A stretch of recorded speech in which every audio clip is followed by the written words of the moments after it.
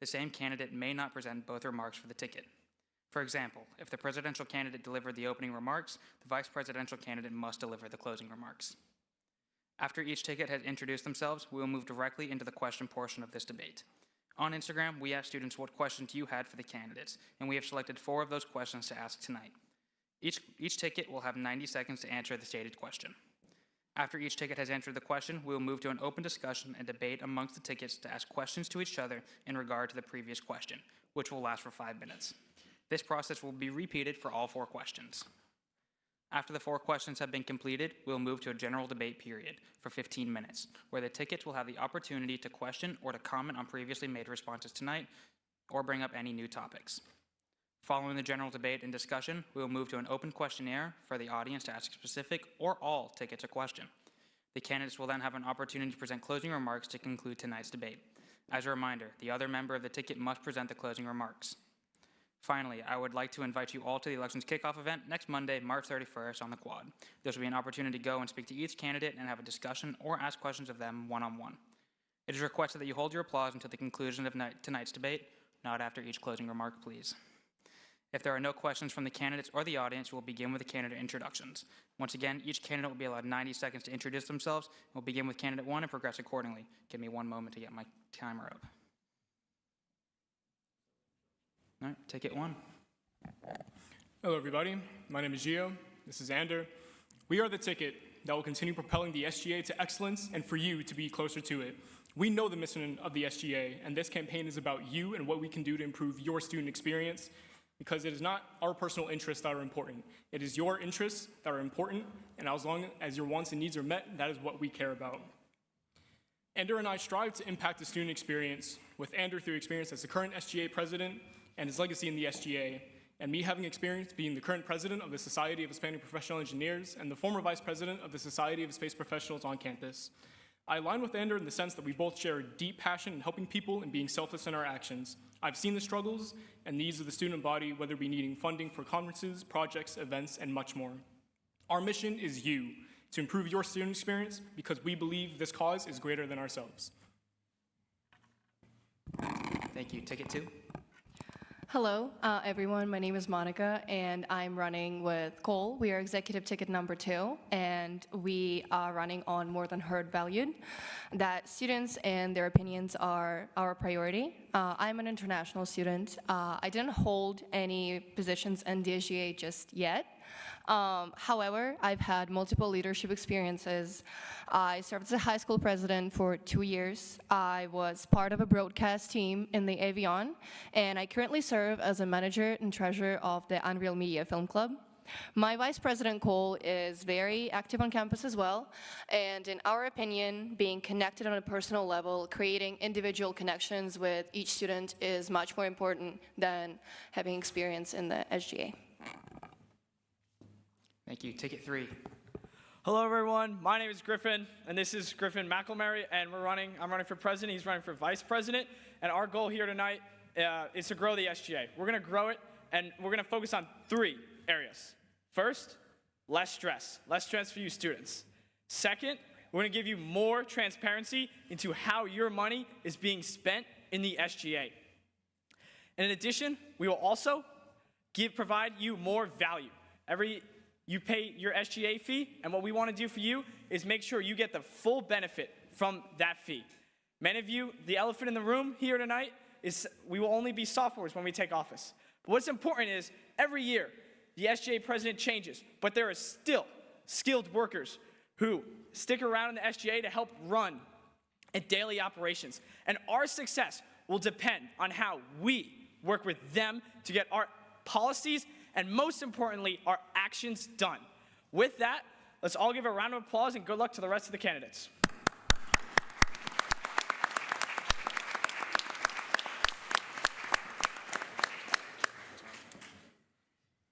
Alrighty.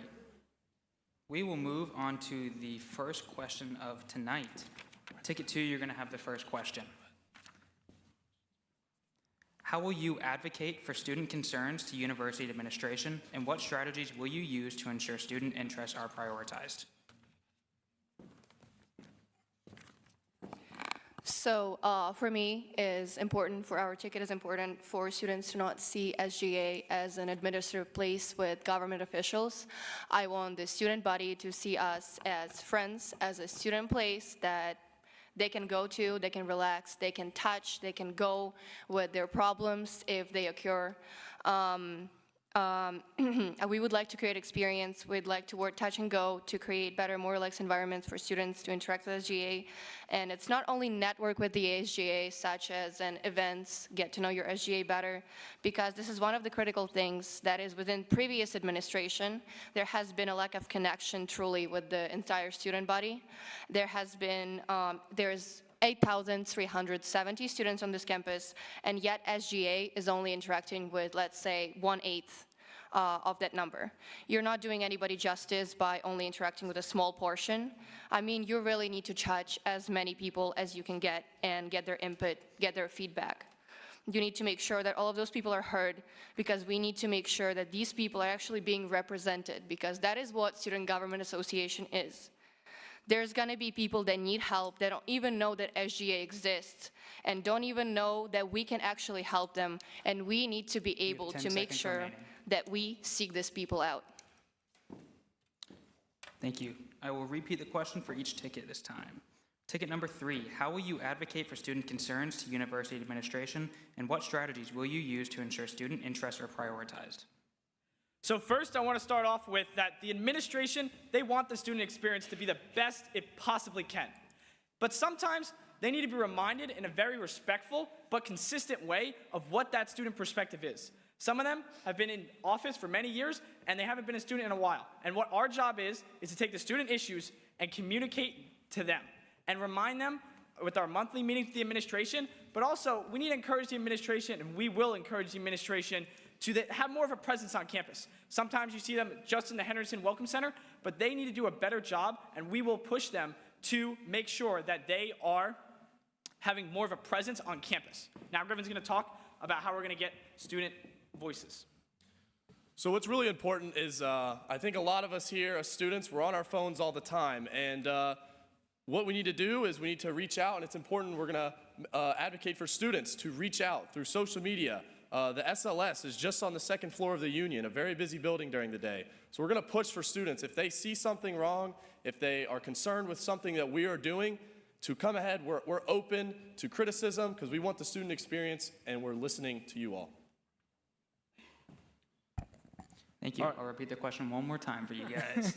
How will you advocate for student concerns to university administration, and what strategies will you use to ensure student interests are prioritized? I think one of the most important things to addressing student concerns is understand where the concerns come from. So one of the most important things is probably you guys have seen me around campus and talk to you if you need something, or how can I fix it, or is there anything else that we can improve the student experience.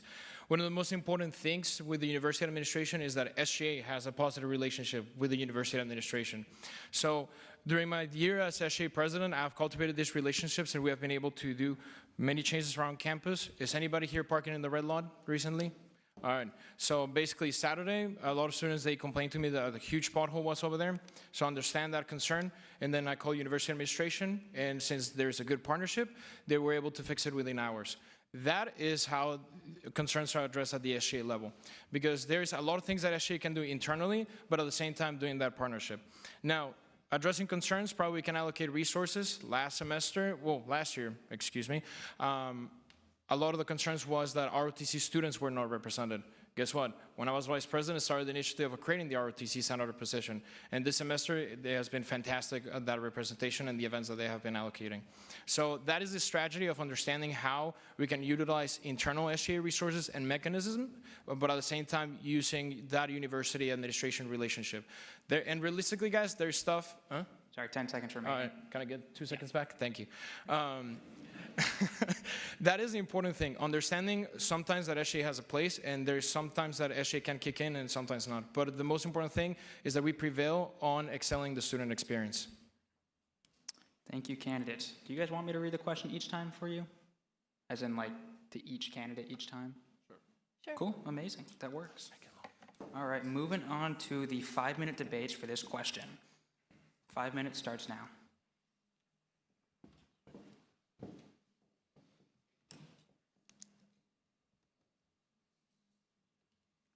guys want to move on? What's that? There's 5-minute debate right now. Yeah. We're good. We're good. Yeah. All right, if no candidates have anything, we will move on. All righty, quick 5 minutes. Moving on to question 2. Ticket 3, this is going to be your question to start off with. How will you work to increase transparency between SGA and the student body? Your 90 seconds starts now. Look, the SGA needs to be more transparent. And what they need to be is access to information, but also we have to realize students are really busy. Many students have many things going on, jobs, stuff like that. So we need to get the information, the relevant information to the students. That's why we're going to email the SGA's budget monthly to students so they know exactly where the money is going. And if they have a problem, they will see it and it will become top of mind, even if it wasn't before. We're not going to spam them with useless information. We're going to give them what matters, show them where the money is going, and then show them what we are doing. Again, we're also going to increase the social media presence of the SGA and being more communicative with how we're doing and what we're doing. This way the students are fully understanding what is going on with the SGA and how they can affect it and what's going on, then they can veto it. In addition, we're going to vote on the discretionary fund because that's where most of the waste can happen. We're going to write up what we can do with it based on student feedback, and the students are then going to be able to choose through a poll on what they want to see, because that matters what you guys want, not what we want. So we're going to help write it up and figure out the logistics. That's going to be the SGA's job, and you guys are going to decide what you want and where the money is going to go. Okay, moving on to ticket 1. How will you work to increase transparency between SGA and the student body? I think during my term has been very transparent. I mean, a lot of the documents you guys have available on campus groups, but at the same time, going to student clubs to talk about what SGA has been doing. And at the same time, take opportunity in like events like this to be transparent. So if you guys want any meeting minutes, you can take them. So it's like every single student senate meeting, executive board meeting. If you guys have any questions, you can also look at it and look for those opportunities. For example, you were saying that our social media presence, we have been very, very present on social media and saying and basically displaying what the SGA has been doing. That is one of the most important things. Honestly, like emailing the student body is not effective. What I've been doing in my term as president is basically going to every student that I can reach and present my ideas or what the SGA has been doing in the last year. And Gio can talk about a little bit more the transparency within the Senate. Yeah, absolutely. So if those who were there for the treasurer debate, there was a lot of talks about where the money was going, and there was some like financial irresponsibility there. What I want to impose is budget reports to be publicly available, just like how we have in the Society of Hispanic Professional Engineers. Our treasurer does monthly expense reports that are available upon request, that are available to anybody in the club. I think sending them out to everybody is kind of annoying. I know I'm pretty sure if I got an email every single month about something I'm not interested in, it's going to be a little annoying. But every single time we 10 do seconds them, remaining. they will be up there. And I also want to impose more momentum for accountability and productivity just to make sure those mechanisms are in place. Thank you. And ticket 2. How will you work to increase transparency between SGA and the student body? Transparency gets thrown around a lot, but what exactly does it mean? My vision shows that that students should be able to know all the details straight up. As you see, many of the meeting notes are given out, but many of the students don't have access to that information. And transparency will allow them to easily understand what exactly is changing in SGA. Thank you. This is going to start the 5-minute debate between question 2. Yes, so Ander, I like how you've thrown out the stack of papers. The issue is me as a student and talking to the student body itself, not many of us ever saw things like that, and that didn't really reach the average student. Students every day are checking their email constantly, so delivering a monthly budget update and more updates about the SGA will totally be effective and will get the message across and have the average student be and know about what's going on. I respectfully disagree. Okay. A lot of times, like, how many of us, like, respectfully, we see an email? Like, I've emailed the entire student body about many stuff, and how many of you guys have opened the email? Like, yeah. But that is like 1 or 2 times a month. You guys want to send a weekly report? No, monthly. Monthly? Correct. So do you open up your school emails monthly? Every day. Like even if it's spam? Well, if it's spam, So if you open up your phone right now, would you have every single email from the university open? of course, it's in my my Outlook email through the school. I mean, I respectfully disagree. Like, not a lot of students, like, they check their email. And even if you're, like, sending updates, what students, they want to see is, like, when it's upon request, like, for example, coming to the SGA, sure, you can have full transparency. I think you and I, we have talked for, a pretty long time. Yes. You have never inquired about, like, any transparency from the SGA. Like, I think, like, we have been, like, getting good personally. Like, I think you're my friend. Yeah. Have you ever asked about any SGA, like, It transparency or anything? Not necessarily. 'Cause Not until this time. what's that? Not until, like, campaigning started. Well, it hasn't really occurred to me as been something I need to ask you about personally, but I know that talking to students, that is something that is. Have very you tried asking if you What's can that? have you tried asking, like, if those you? if that's like the papers you criticize, like, are available? Have you asked about it? Me personally, I have not. All right. And where are you going with this? Like, you seem like you're trying to trap him into the corner. Like, what's going on? No, I'm just, like, basically asking a question. Like, you're saying that we have been not being transparent, and you guys have not even tried a system. We're not saying you're not being transparent. We're going to say we're going to increase the student transparency to the students. Because when students have awareness, they then take action. Interest comes when awareness happens. They see an email and they see a budget and they don't like it, they're going to start talking about it. That's going to create these conversations and cultivate that type of transparency that we want. We want students more involved in the SJ. We want a positive view, and how we get that to them is we be more open about where we spend our money, and it's not you have to get through these special trainings and stuff like that to understand where it's going, because we're going to make it simple through that monthly email. I mean, it's already simple. You just ask for it. What? It's already simple. You just ask for it. I have a question for the ticket number 1 as well. Of course. So last year debate, you were pretty heavy on transparency as your policy. And you pulled the same move that you did right now. You pushed like a stack of papers with meeting minutes. Of course. It was a great move.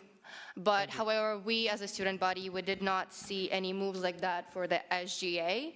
Why hasn't there a major push for this? Because yes, transparency is important, but the only way you can change that if you change the system.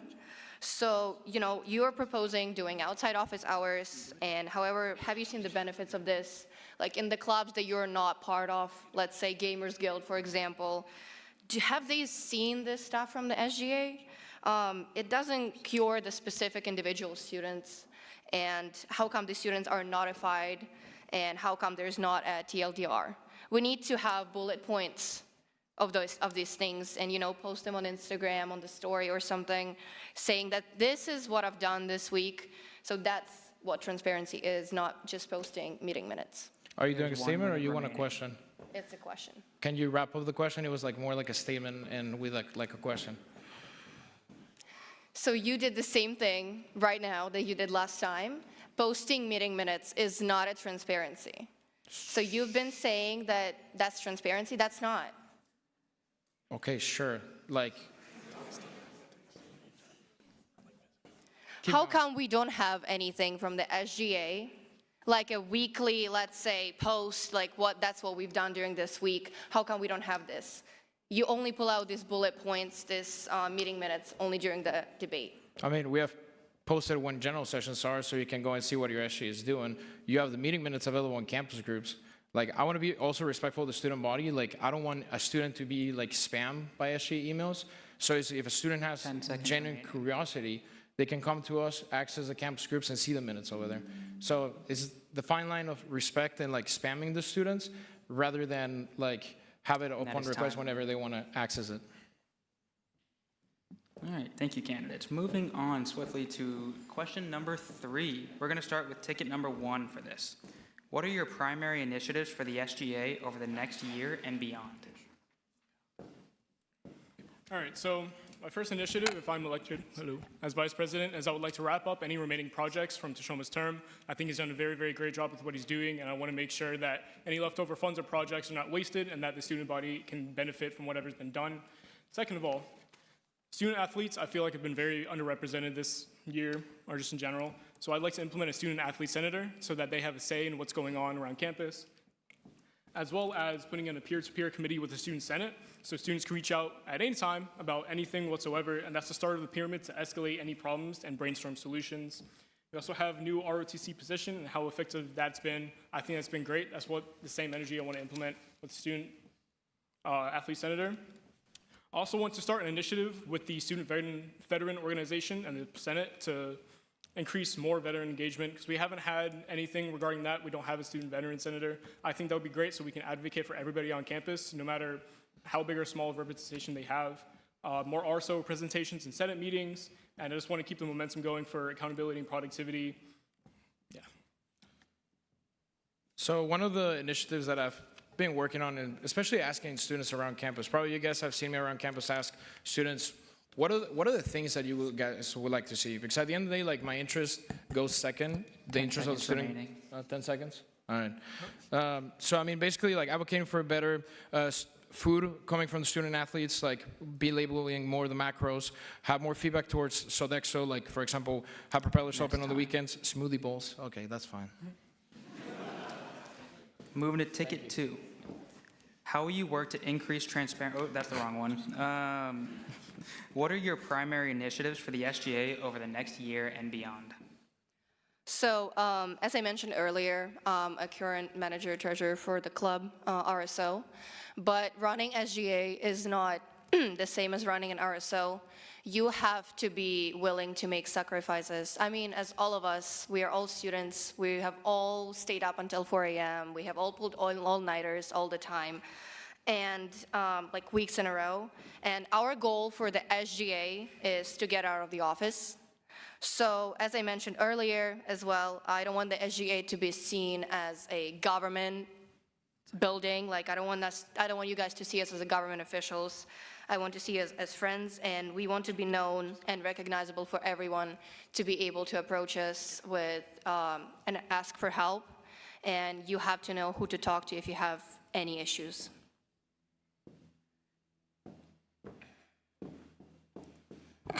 Moving on to ticket 3. What are your primary initiatives for the SGA over the next year and beyond? Yeah, so our initiatives, first, we can describe our initiative growth. And out of the gate, we want to first mention, we're going to immediately start prioritizing parking. Parking is a huge issue on campus. And this is an issue that needs to be addressed, but it needs to be addressed because it's a student issue by the SGA. And the SGA has influence, not power, over this issue, but the proper use of our influence and the use of our ideas that are effective. Our idea right now is to reduce the amount of freshman passes. And this idea revolves around having the administration handle the logistics behind it, but we're advocating that the number of spots and the number of passes sold gets to as close as even as possible. And because a lot of the times, many freshmen, they have 4 cars in one dorm, and that's useless. And that's taking up spots for people who need to get on campus that may live off campus. In addition to that, we want to, again, like we said, we're going to do monthly budget updates. And in addition to that, we are also going to be there. We're going to appoint someone who's going to be a club liaison and who is solely going to interact with the clubs and get feedback from them on what an issue they may have, or if it's a smaller club, or even no matter what size club, they can go to that person and say, hey, I need some help. We'll be there to take care of that. And in addition to that, we're going to try to encourage our clubs to be more active and with a speaker series to help club leaders. All right, now we will move to the 5-minute debate period for this question number 3. Question for Griffins for growth. So you're saying that the parking for well, it's not a question. Let me just like say one of the points. So you say that you want to get rid of freshman parking passes, right? No. I said limit the number of passes that freshmen get and have the administration handle how that works. So basically what you're putting on the table is like one freshman gets a parking pass and the other one doesn't. I am saying that the administration will handle logistics of it because we don't need to eliminate freshman parking. Cars are important for freshmen, they need to get around. But I'm saying that we need to number it down to encourage that first carpooling within dorms, and also that it's not eliminated because that's not what we're trying to say. All right, I think, in my opinion, like, and experiencing SGA for more than 1 year, I think limiting the number of passes, one, can be unfair for the entire student body, and second, that is not on the SGA jurisdiction. But what it is on the SGA jurisdiction is basically increasing our shuttle program. The shuttle, at the end of the day, the main mission of the shuttle is to alleviate parking on campus. By going to nearby apartment complexes to basically have students, instead of driving in the car, they hop in the shuttle. And ever since taking office, I've taken the shuttle from 5 to 8 shuttles and expanding to more. So that is what is on the SGA jurisdiction. Also on the club liaison, respectfully, like that position already exists in my cabinet, and we have been using it for the last year. And has been really effective. We have been able to not only fund more organizations that they have been having problems, but at the same time being able to raise feedback, not only to the student engagement department, but to the university itself. Yeah, so we're not going to go out and say that we have jurisdiction over student parking. We're coming out saying that we're going to use the influence of the SGA. What is the because influence? We're listening to the students, and with that, we're going to go to the higher-ups and say, hey, this is something that the students want changed, and work with them from there. All right. Thank you. I already made my point. I have a question again for ticket number 1. Ender Go on. and Gio, you both will be grad students by next year, and your Incorrect. campaign statement says your SGA, your campaign, whatever. How will you get involved if you're not going to be on campus most of the times? Since I'm going to add something there real fast because that's a mistake, the one on my part. The Elections magazine did say that Gio was going to be a grad student in this upcoming year. That was a typo on my mistake. Gio, I'll let you explain that typo. Yeah, Apologies for that. That was correct on the website and everything, just not the magazine. There was a bit of a hiccup. Things happen. I'll actually be a senior next year, so I do have a lot of time on campus, which is why I would like to be vice president, so I can advocate for you all and be able to be readily available to listen to you guys' needs. I'm also an aerospace engineer, and I'm from Augusta, Georgia. I just want to put it out there on the information bit. I mean, Monica, thank you so much for the question. I think you did your homework and you went through my background. I think one of the things that you don't know about me is that I'm literally almost 24/7 in my office. Literally, I get here around, let's say, 9, 10 a.m., and I don't leave at like 9 p.m., and I'm heavily involved on campus. So any meeting I can go from any club, any event I can go on campus. So I don't know, like, what is your issue with graduate students when literally graduate students, they're super involved on campus, and the majority of them, they're also involved with either the SGA or the Graduate Student Council. And honestly, I'm tired of like that attitude, because like I've preserved on the SGA to serve the student body and be out there to serve the entire student body for anything on their needs. And it doesn't matter if I'm a graduate student, PhD, undergrad, Mexican, American, I don't care. I'm here to serve the student body. Quick question here for Ander. What? Please hold your applause. Please hold your applause until the end. Ander, you said you expanded the shuttle service. SGA runs shuttle to Eagles Landing. Is that correct? To Eagle Landing, Yeah. it was already implemented 2 shuttles. Pardon? You're saying if I increase the No, shuttle? I'm saying, is Eagle Landing one of the routes that the SGA shuttle goes? No, that was we added onshore too, if not mistaken. You said, what are you trying to say? So the shuttle went from 6 shuttles Yeah. to 8 during literally the first month of my administration. What is Yeah. the question? And where did that funding come from to increase the shuttles? The SGA fee. So you're saying so the SGA fee is a zero-sum game. So if you take something 30 seconds and you remaining. add something, you have to take it away from something. Where did you get that money from? Where did you prioritize that money? Where did you take that money from? So do you have any idea how the SGA finance system works? We had COVID reserves that we didn't use during 2020, during the pandemic, Yeah. that carried over.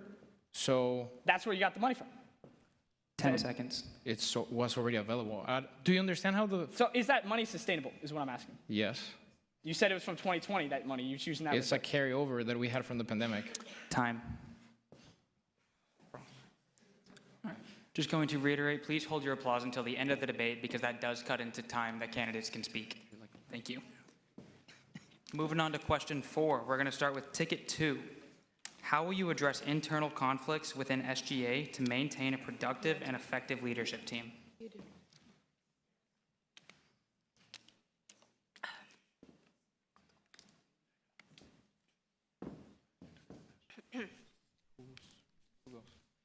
ticket 2. Okay, so thank you so much for the question, of course.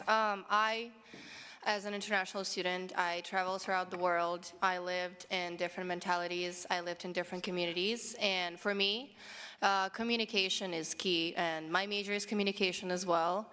So from my point of view, having good communication within the team, within the SGA, on all of the divisions is the most important part. So having different backgrounds, as Andrew mentioned earlier, it doesn't matter the nationality, the age, the standing. We're all people, and my leadership, I would say it's communication and people-led, people-based. So by addressing the issues, we have to communicate through everything and come to the common decision in addressing the issues, strictly addressing the issues. We'd like to close the gap between SGA and the students and allow collaboration and teamwork in order to produce an SGA that the students want. Thank you. Ticket 3. I will repeat the question. How will you address internal conflicts within SGA to maintain a productive and effective leadership team? Yeah, so Griffin and I are both student athletes here on campus. We're both a part of the rowing team here. And shout out to some of the rowers we have in the audience. And every day, we're up and we're in a boat with people, and conflict can arise. One person may not be doing their job. And what's important is we retain a sense of respect for each other and know that nothing's personal. And if I see something my teammate's doing wrong or he sees something that I'm doing wrong, we just say something to each other. We keep an open door policy, an open book. If you see something wrong, come say something, and we all have the same common goal of allowing the students to have the best possible experience. So with that, we're going to have an open door policy. If you see something, we're going to make sure it's fixed for you. Ticket 1. How will you address internal conflicts within SGA to maintain a productive and effective leadership team? Yeah, so just like I mentioned in our introduction, we are both driven by the deep passion to help people, and ultimately helping people cannot happen if we have internal conflicts within a very important organization. So as my time as treasurer and SHEP, I've dealt with a lot of different personalities, especially internal conflicts. Thank you, Andrew. What is mandatory is that we all keep the same level of respect with each other, and I always emphasize the dynamic of family, because that is what SHEP is built on. So we always work together, we always respect each other. At the end of the day, we know we have a common goal to help people, and as family, it doesn't matter if we argue, yell, throw a brick at each other's heads. We always know that we're going to be there for each other and support everybody else. So that's why us as SGA, if we get elected, we'll make sure that any internal conflict is dealt with, make sure all involving parties are spoken to, and we come to a common conclusion on how to move forward, and make sure that we're providing the best resources and availability for you. I mean, honestly, SGA is a very large, complex organization. We have division branches. Eventually, the most important thing is that unity is at the top of the structure. So the president, the vice president, and the treasurer, we're all in line on what is the conflict, and then go down to if it's a conflict between the treasury, senate, that's the most important organism. If the executive board, or at least the president, the treasurer, and the vice president, they are together, and they can resolve the issue. Eventually, if there's major conflict, we have our outstanding staff that they're always there to support us, because ultimately, doesn't matter what the conflict is, if we're not serving the student body, what the hell are we doing? Time. Thank you. All right, this will mark the beginning of the 5-minute debate for question number 4. All right, guys, I have a question for the candidates. As part of our administration, we would invite the candidates up on this stage onto our cabinet. Would you do the same? Please keep this debate on topic number 4, please, which is the question on screen. I'll repeat it again. How would you address internal conflicts within SGA to maintain a productive and effective leadership team? I believe that inviting them onto the cabinet would create these conflicts that would then lead to better solutions for our students, because we have differing opinions, and then those opinions would be voiced in the top level, and then they could be worked out and resolved internal conflict. I'm asking, would the other candidates do the same? Oh, absolutely. I think it's crucial. I mean, is Logan over there in the audience? No, she left. That's fine. Yeah, we ran against her last semester, and she joined. She's been fantastic in SGA in the cabinet. So I think it's important, and I congratulate you guys for that. Yes, I do like the idea that if we come together, our voices will combine, and so we can help to improve the SGA even better.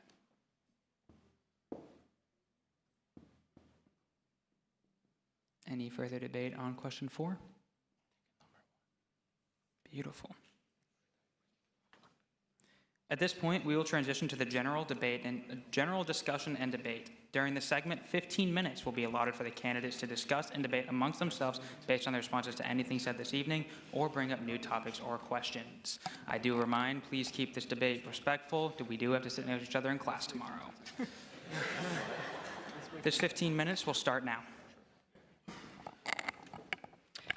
I have a question for ticket number 1, of course, right? So in your website, you have stated that you helped create divisional audit. However, we have a source stating that in order to gain the presidency, you not only went against your sanction against the last election, and you did not only have multiple violations. With the election commission, Can you say that again? in order to gain the presidency, you not only went against your sanction, the last election, you had multiple violations with the election commission chair, such as the backdoor deals. And you have a very small part to play in this divisional audit that you count as your greatest achievement. Did you actually did the auditing, or did you just take the credit for the other people's work? So you're saying based on a document that you got, if I did the audit or not? Yes. Yeah, like, for you to understand how it works, the Treasury needs social support to do the audit. And eventually, I don't think the divisions were in favor of us auditing, because it's a lot to look into all the history and all to look in the background. So I did take part on the SGA audit. So literally it was the treasurer and myself together with our staff doing the audit. So there was only 2 people working on the audit. Is that correct? Primarily it was us 2, and then it went down to the treasury. Okay. I got a question for the other candidates. As a part of our administration, we're going to appoint someone who's going to help with academic success and make sure students have the tutoring they need and access to that support. How are you guys going to do the same, or are you going to do the same? I believe that there is already a designated space for the tutoring. It's called Academic Advancement Center, as well as the CCDM on the 4th floor of the library, which is a writing center. That's correct. So students can go there to access the tutoring. So you're saying you're not going to do anything at all? It's good as the way it is? I used to work at the Academic Advancement Center, and upon working there, I'm pretty sure that we provided as much help as needed to students who came there with the help for the exams, tests, and homeworks. So I would say that's pretty much Do you think enough. students have full access to everything they need to help them academically support? Is that what you're saying? Yes. Okay. Andrew, do you have any comments on this? I can actually comment on that. So that is actually the exact job of the senators for the colleges. They are there to represent their colleges as well as their respective departments.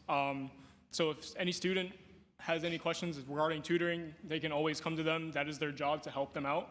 And also, pretty sure if I'm not wrong, the SGA started the College of Engineering tutoring program, and they just handed it off to them so they can manage it. So you're saying that it's handled by the senators who have a lot of other responsibilities, and are you saying that they can take it, right? They have enough time to do that? Is that what you're saying? That is their primary responsibility. So ensure that students within their colleges are properly represented, not only academics, but also on the well-being within the college. Okay.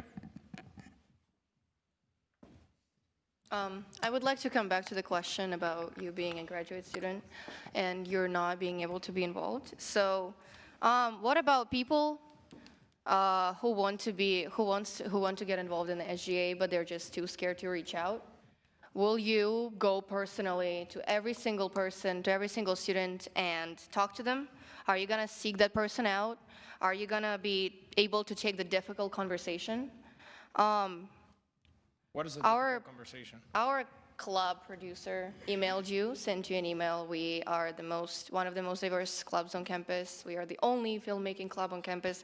We sent you an email like 3 weeks ago, and our president is weirdly the former chief of the Avion, which you removed from the office. And you never replied to our email, which I would say, is that the president that you all need? The president who doesn't even bother to reply to the email? You simply did not do that, I suppose, because of personal arguments and misunderstandings. So is that the inclusivity you were talking about in your last debate? I'm sorry. I'd like to say I don't believe this is a productive conversation that should be had on stage, and I believe that we should talk about student issues and issues between each other.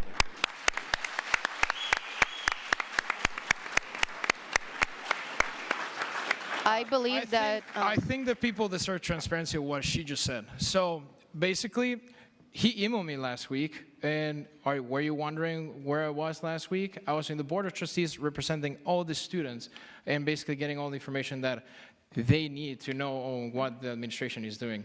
Second, I did not remove him. Basically, the Avion Executive Board proposed it to the Executive Board to basically have this guy removed, because guess what? He's your executive producer. You opened this can of worms to literally say this information on stage, so here is transparency. So literally they came to the executive board and unanimously, and obviously the Avion did not have a vote on it because they needed to abstain, remove him. So I was just the chair. I do not have a vote, and respectfully, I do not associate myself with that removal. So if you're asking if I didn't answer your email, I'm more than happy to go off the stage and answer that email. And if, respectfully, let's go to another question. I have one more question. It's a very short question. Was he present at this meeting with the executive team of the Avion? Or was it a secret held meeting? No, he decided to not show up to the meeting. Okay.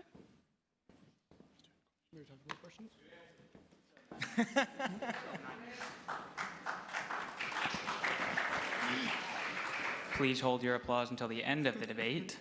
We still have 9 minutes remaining in this general debate. Okay, I have a question for the Griffins, actually. In your campaign and also on your Instagram stories, you have said, and I quote, "Experience isn't the most important factor for this position. The most important aspect is shaping and advocating for policies and students' interest in taking action." And in the reel that you put out on your Instagram, you said you plan to use the surrounding administration's experience.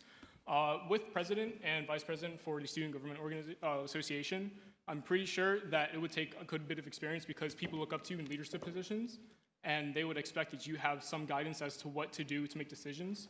Can you just expand more on what you mean by experience is the most important factor? Sure, thank you. So both of us, we served in government positions in high school, and because of that, we have experience with working with people throughout like student organizations. And because of that, like in the SLS, there's tons of people, and especially people in our cabinet that will have experience. And if it comes to a point where we feel that it's something that we necessarily don't have full experience on, we have a board of trusted people who are going to be able to help support us. I think just the most important part is that regardless of experience, it doesn't take experience to be able to voice the opinions for the students. In addition to that, taking action is very important. Most students want action. They don't want just lip service. They want action. And I think what's really important is we're going to leverage those people with the experience to and our drive to get things done, and we're going to work as a team. And you don't have to know people for a long time. Your first impression really matters. And what we're going to do is we're going to make sure that we have a great relationship, but also a great first impression so that we can get things done. Okay, thank you. I would also say that you were probably expecting this question during your presidency, during the last term. You got a division removed, Ms. Burns' response team.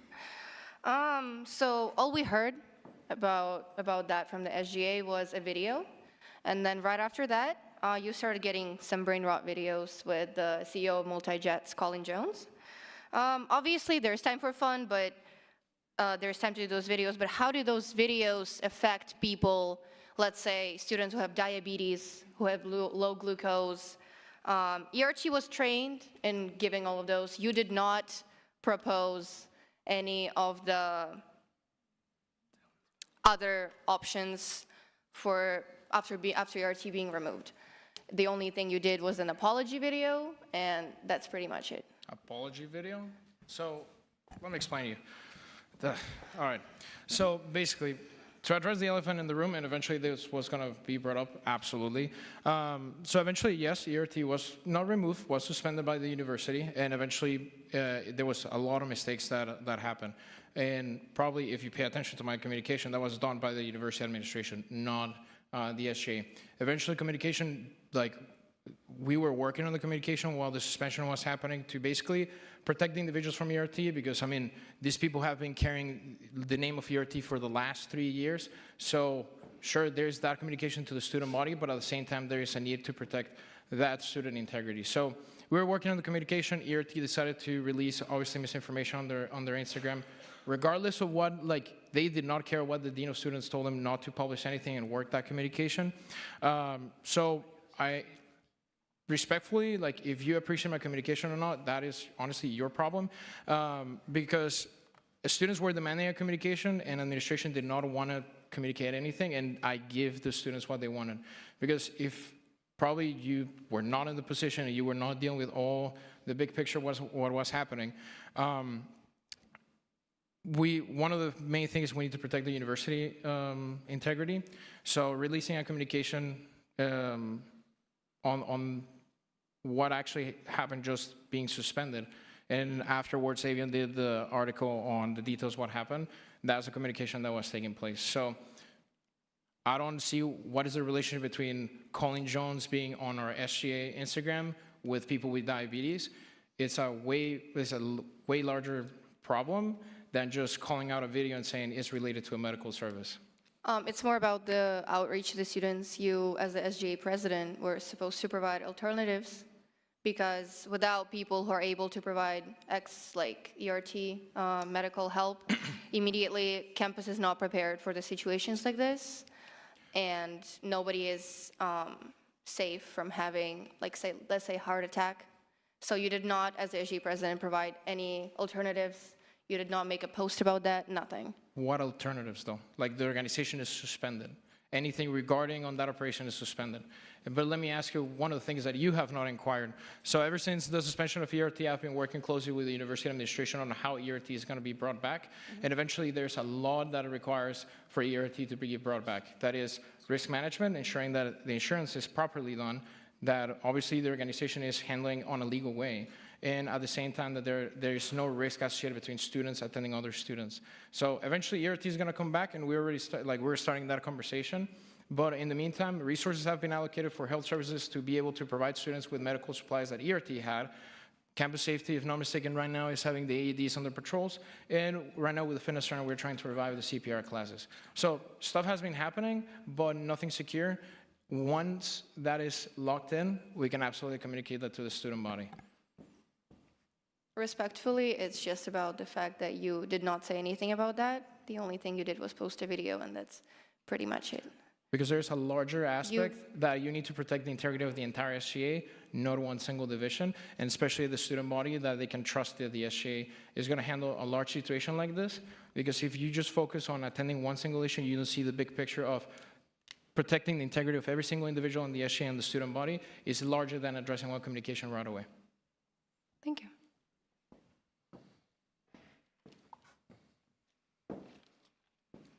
Any further general debate? We've got 2 minutes remaining.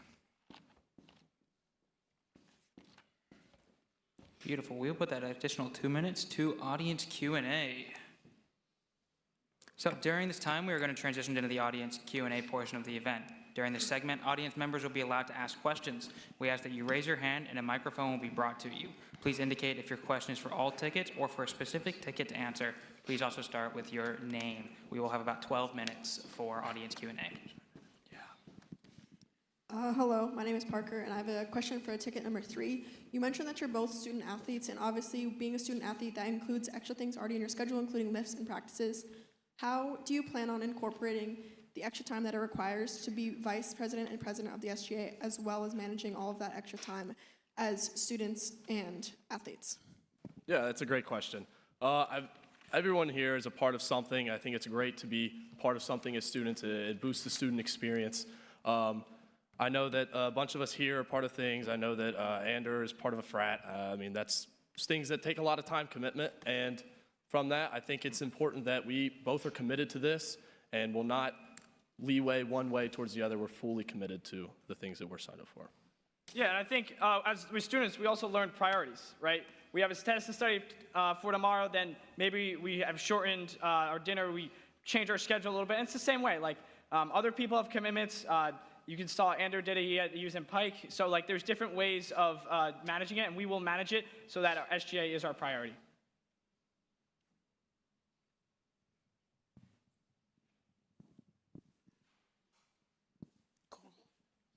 Thank you.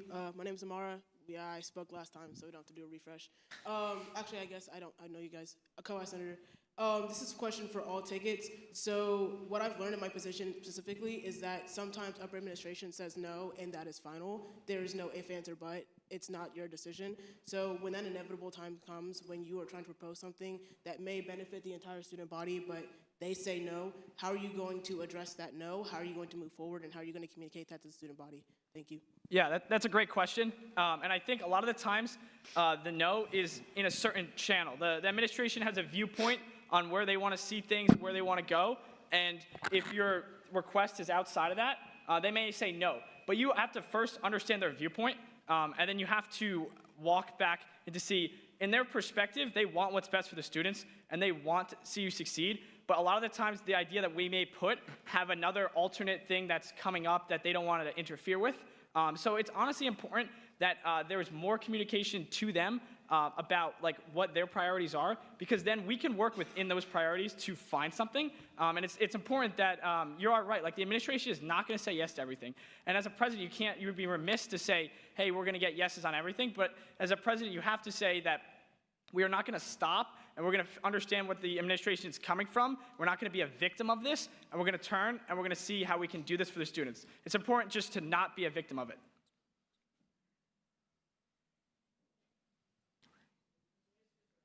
I guess we'll go next. I actually agree with some of the points that Griffin brought up. Some great minds think alike. I think one big thing is just literally communicate with the university about why they said no, because simply asking somebody why shouldn't be a harsh question, shouldn't be a hard question to answer either by the university if they want to be transparent with us. And whatever answer they give us, I'm pretty sure that we can find ways to work around whatever answer they give us so that we can provide those resources to the students and make sure that their needs are being fulfilled. So, in my opinion, both staff, faculty, and administration, they are very important in every student's life. So the main goal that they're here is to provide our students success, and as much as the SGA is just another stepping stone in students' future degrees, but not just achieving their degrees, but also getting their higher education and future employment. So it is very important to know why exactly we achieve this answer, and definitely, I would agree with Gio. It is important to communicate the answer and the reasoning behind it to the student body.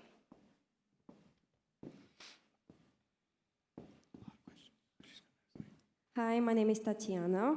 I have a question for ticket 1.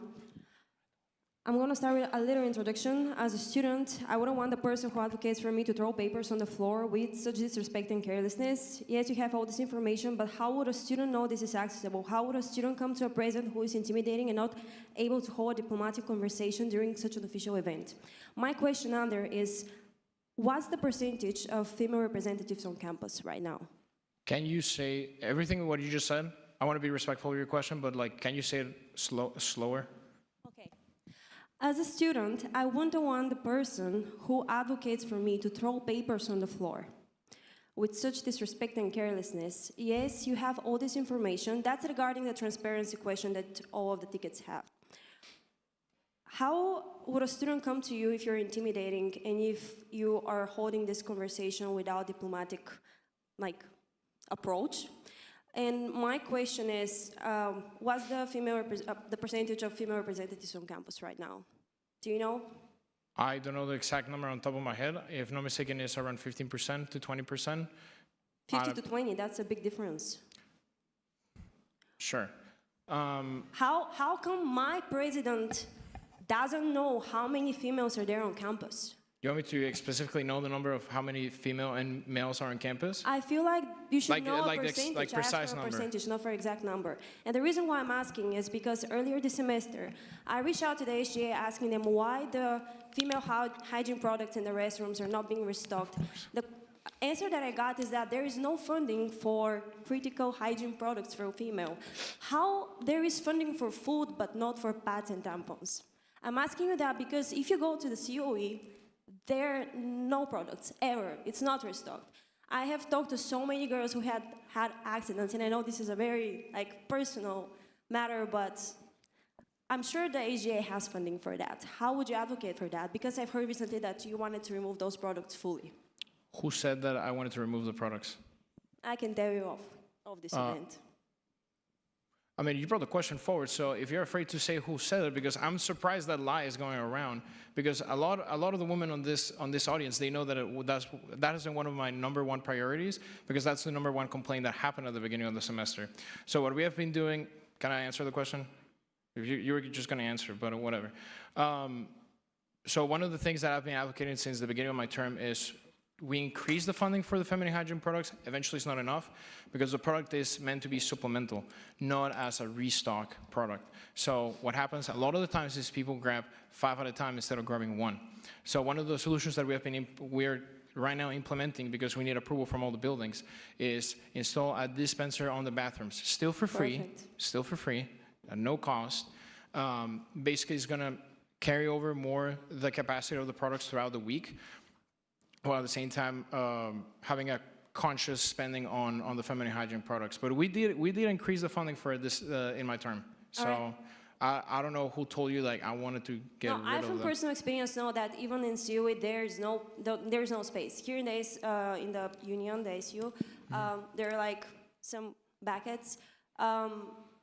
Thank you so much for the answer. I believe that's great. Even if you had to pay, it will be amazing if there are dispensers, because we are females and such products are not sold close on campus. Not everyone has a car. You know what happens. So I feel like that would be a problem that you could address, and you're addressing it. So yeah, thank you. Yeah, I mean we have been taking care of it. Eventually, it's not a solution, but I mean I will be more than happy if you can help me start the campaign of being more conscious of the use of these products. I think that is one of the things that I need a lot of help, because there's so much I can do of increasing the funding, but if I don't have the support, especially from the women population here on campus, of having a more conscious use of the product, this cannot be done. The product is still gonna not last the entire week. So if you want to help me, I will be more than happy to. Yeah, I understand. I guess having no funding as an answer wasn't really cool, because there's a lot of funding for Chick-fil-A, for example. So yeah, I mean, I know there are a lot of guys on campus. Where's the funding for Chick-fil-A?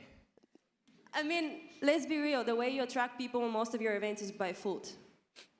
Am I guilty of attracting students to events? I'm just saying that if there's funding for that, I feel like there should be funding for the other thing as well.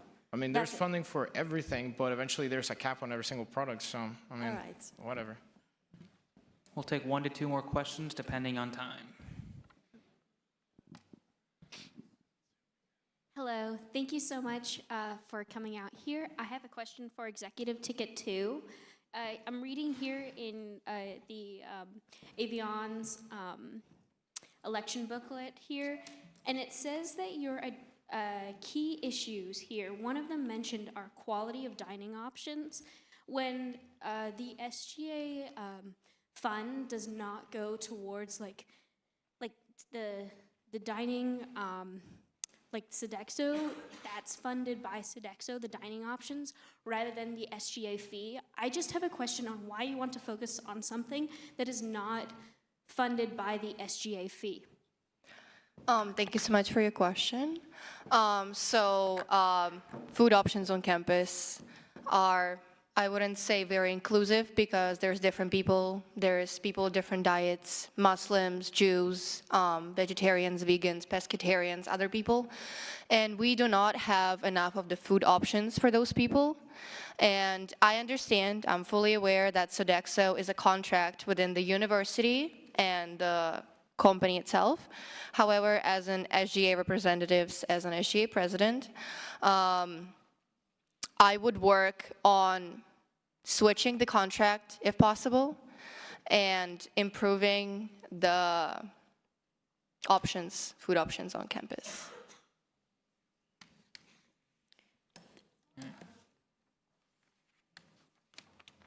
Okay, I have a follow-up question.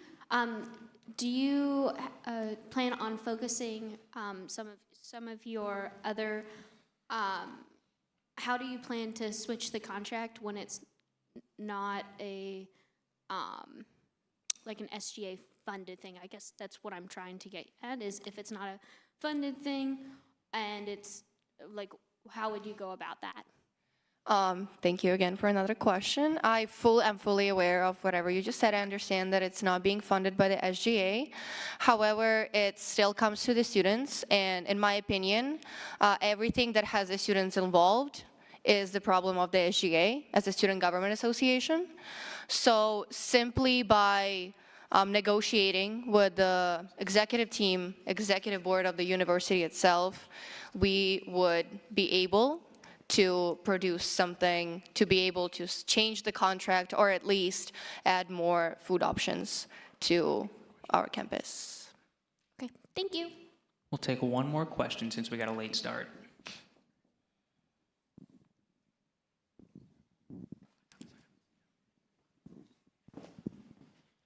Hi, my name is Sebastian, and in this debate I've heard representation be thrown around a lot.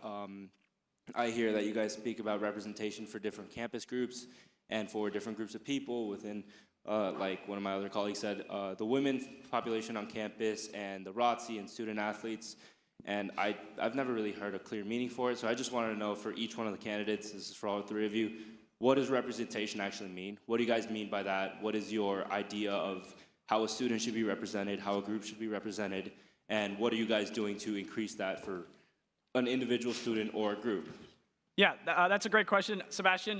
And I think representation, at the end of the day, is how action is then taken. So we could all get a table and we could all sit around and we could talk, but at the end of the day, students want actions. And what our goal is there's a lot of senators and they do a lot of really good work, and they have that specific on the ground. For example, the ROTC senator. ROTC is a huge part of this school, and having a senator is a great move, but at the same time, that senator needs to take action because they understand what's happening within ROTC and what's the issues that can help. So representation for us, it means through action. Actionable actions. When we talk to our senators, we're going to talk to them and look, some action things we can take, and our focus is going to be on actions, not just surface level conversations. We think deep level conversations are important to how we can fix things, but then off of those, we're going to look at action. I can go next. I do agree with the Griffins. Again, I think action is very important. I also think it's very important to listen to the full context of what is happening, because I'm pretty sure everybody's heard taxation without representation. You know, nobody came up to show.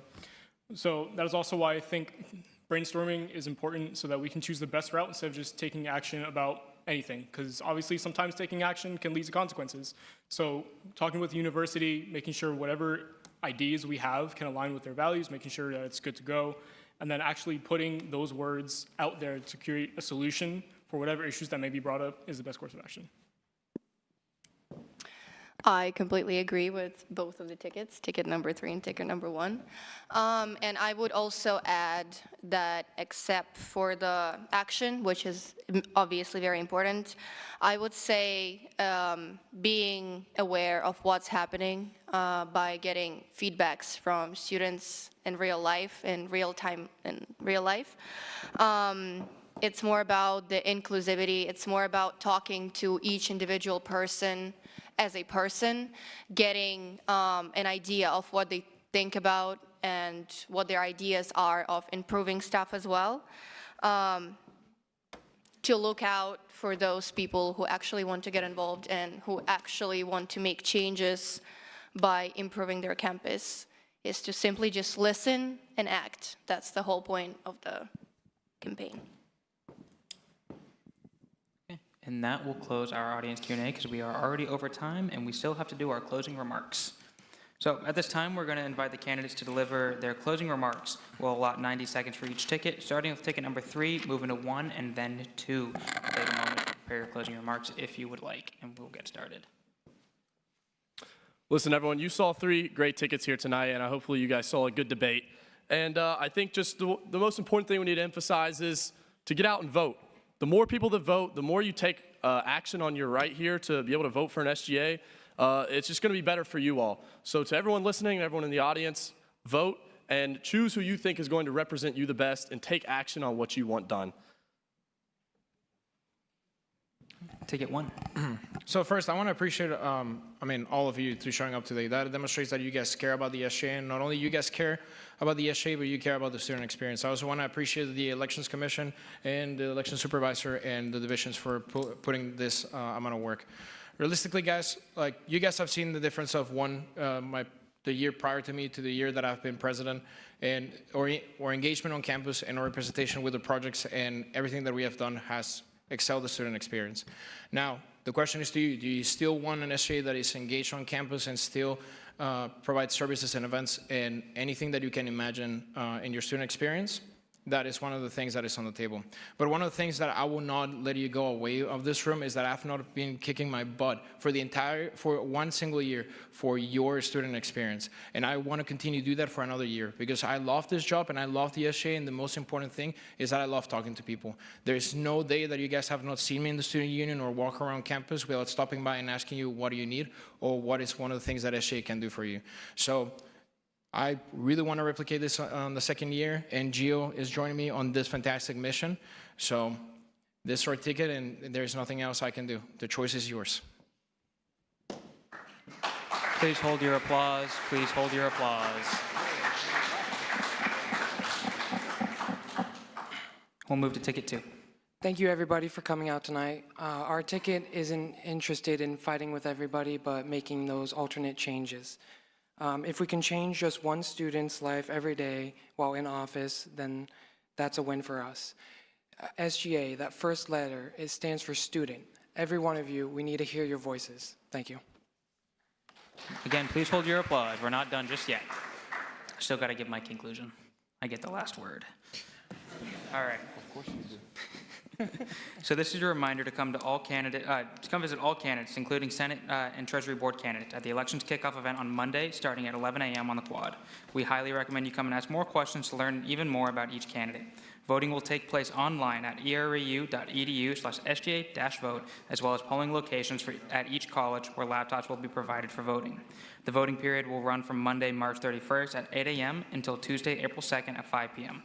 Come and listen for the election results at Skyline Social on Friday, April 4th at 5 p.m.